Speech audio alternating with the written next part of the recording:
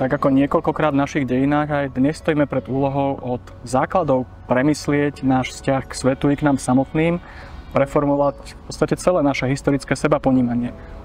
Nám sa celkom stratil zmysel vzdelávania. My sme prišli o pochopenie toho, ako by vlastne mala vyzerať vyvážene vyvinutá ľudská bytosť, do podoby ktorej by človeka takéto vzdelávanie v podstate malo viesť.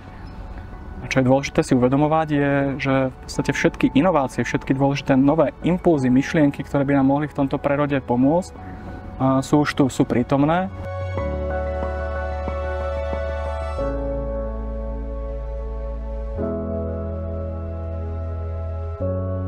No to záleží od toho, nakoľko dokážeme pochopiť našu situáciu, pretože ak civilizácia v tvár výzvam, ktorým čelí, dokáže neustále prichádzať s tvorivými riešeniami, tak sa pred ňou otvárajú v podstate neobmedzené možnosti k vývoju. Dokáže tvoriť stále komplexnejšie formy, ktoré ľuďom umožňujú stále bohatší spôsob realizácie. Takéto smerovanie, ktoré spoločnosti umožňuje opakované zvliekanie starej kože a vstupovanie do priestoru nových možností, ale je veľmi vzácne. Väčšina historických civilizácií, ktoré boli v podobnej situácii, jednak nedokázali naštartovať cyklus prerodu. A pokiaľ ho aj dokázali naštartovať, tak bol často veľmi krátkodobý. No a z tohto hľadiska je naša západná spoločnosť mimoriadna, pretože má za sebou niekoľko úspešných veľkých znovuzrodení a práve teraz sa nachádza v strede pokusu o ďalší z nich. To, čo sa usiluje nechať za sebou, je stará identita, tvorená obrazom sveta vnímaným ako mechanizmus, pre ktorý je charakteristický veľký dôraz kladený na prediel medzi vonkajšou a vnútornou skutočnosťou a silná fixácia na veľmi úzko poňatý typ racionality. No a táto perspektíva sa vynorila v postrenesančnom období a to, čo priniesla, je nebývalý nárast individuálnej autonómie a veľký rozmach všetkých empiricky orientovaných oblastí. Taký tienistý aspekt alebo taká tienistá stránka tejto perspektívy spočíva ale vo veľkom fragmentácii poznania a v strate takého hlbinného vedomia a spojenia s celkom. A to, čo vnímame okolo, všetky tie otrasy, všetky tie turbulencie, to je v podstate prejav rozpadu tejto starej, vyžitej civilizačnej formy a zrodu novej formy, ktorá je spojená s obrazom sveta vnímanom ako organizmus. A pre túto novú formu je charakteristická jednak snaha o opätovnú integráciu všetkých oblastí poznania, vedomé vytváranie spojenia medzi vonkajšími a vnútornými aspektami skúsenosti, ktorú ako ľudia prežívame, a obohatenie racionality o intuíciu, estetickú imagináciu a morálny cit. Tak ako niekoľkokrát v našich dejinách, aj dnes stojíme pred úlohou od základov premyslieť náš vzťah k svetu i k nám samotným, preformulovať v podstate celé naše historické sebaponímanie. Len na rozdiel od tých minulých prerodov, ktorých sme už prešli a ktoré zväčša trvali niekoľko stáročí, ten dnešný prebieha o mnoho rýchlejšie, prebieha v globálnych meritkách a má zásadné existenčné implikácie pre všetky vyššie formy života na tejto planéte. A čo je dôležité si uvedomovať je, že v podstate všetky inovácie, všetky dôležité nové impulzy, myšlienky, ktoré by nám mohli v tomto prerode pomôcť, sú už tu, sú prítomné. A sú prítomné na periférii spoločnosti, takže je to z veľkej časti na nás, či a kedy si ich všimneme. Je to z veľkej časti na tom, ako si odpovieme na tú veľkú otázku, kým sme ako ľudia, kým ako ľudské spoločenstvo chceme byť.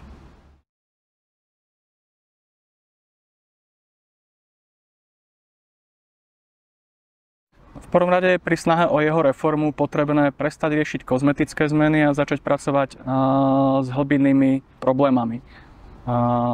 Náš vzdelávací systém má dlhodobo obrovský problém vytvoriť vo vzdelávacom procese centrálne miesto pre témy, ktoré približujú rozsah, smerovanie a najmä hĺbšie príčiny veľkých víziev, pred ktorými dnes stojíme. A dôsledkom toho je to, že nové generácie, ktoré budú v svete budúcnosti žiť, sú v podstate ponechané celkom bez konceptov, ktoré by im umožnili sa jednak orientovať v mnohovrstvových dobových výzvach a jednak vedome pôsobiť ako aktívni tvorcovia zmeny.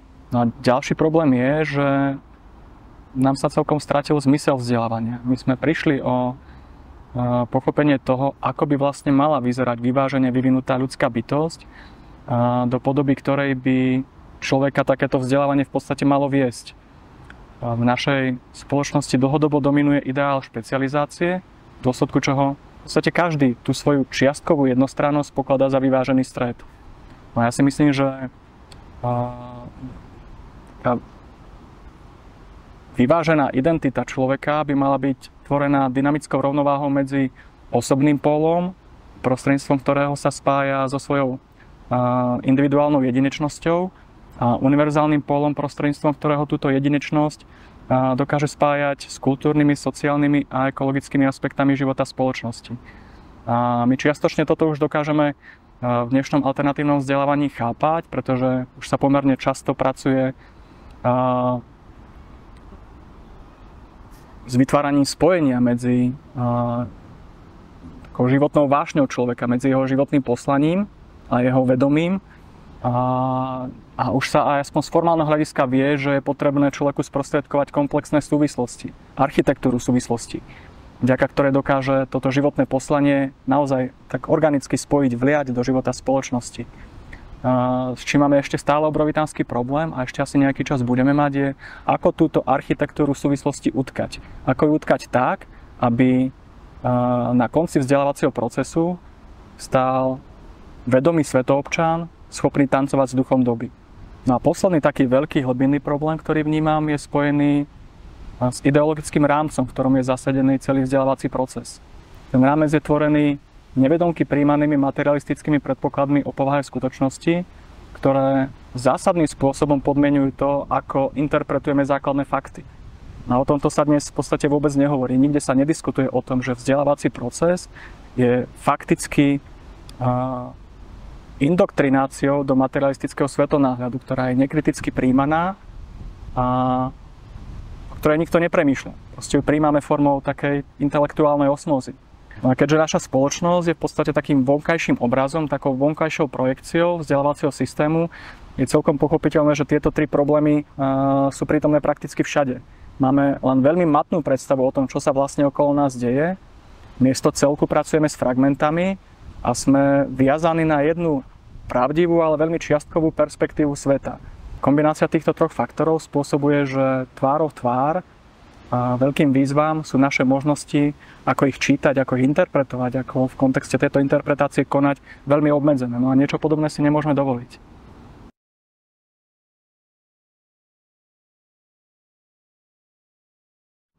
No ja som ešte ako mladík dlho nemohol pochopiť, ako je možné, že tvárou tvár rastúcim problémom nie je úplná samozrejmosť celospoločenská diskusia, ktorá by ústila v sériu rozhodných a dobre koordinovaných krokov, vedúcich najskôr k predbežnej stabilizácii situácie a následne k postupnej premene základných princípov, na ktorých je spoločnosť postavená.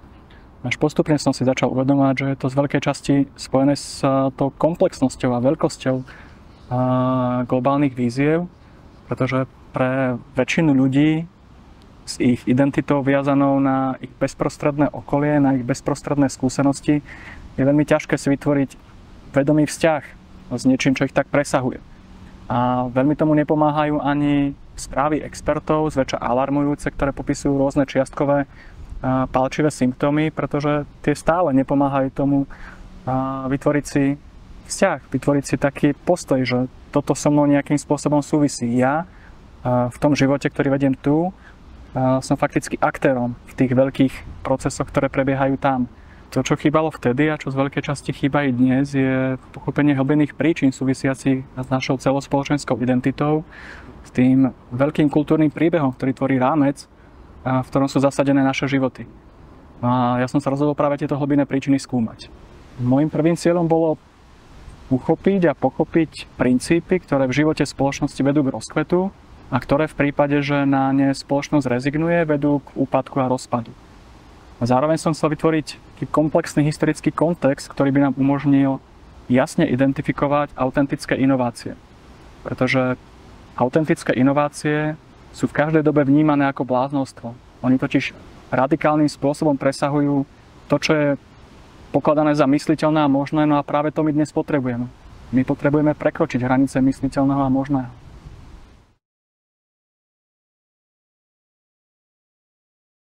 My dokážeme konať zmysluplne len v miere, v akej rozumieme tomu, čo sa okolo nás deje. V rozprávke Nekonečný príbeh je hlavný hrdina Bastián, postupne zisťoval, že je nielen čitateľom nekonečného príbehu, ale aj jeho hlavným aktérom a že to, ako to celé skončí, v podstate závisí predovšetkým na ňom. A k podobnému vhľadu sa snažím viesť aj svojimi kurzami. To, čo si z nich človek môže odniesť, je živé pochopenie vzťahu medzi svojím osobným príbehom a tým veľkým svetovým príbehom, v ktorom sú všetky naše osobné príbehy zasadené. Zdravý cit pre rovnováhu medzi individuálnym a univerzálnym pólom našej identity a schopnosť používať rôzne svetonáhľadové perspektívy ako šošovky, prostredníctvom ktorých sa vieme spájať s rôznymi aspektami našej skúsenosti. Šošovky. Nič menej, nič viac. Šošovky, ktoré by sme mali byť schopní, ak chceme byť slobodní, používať, ktoré by ale rozhodne nemali používať nás.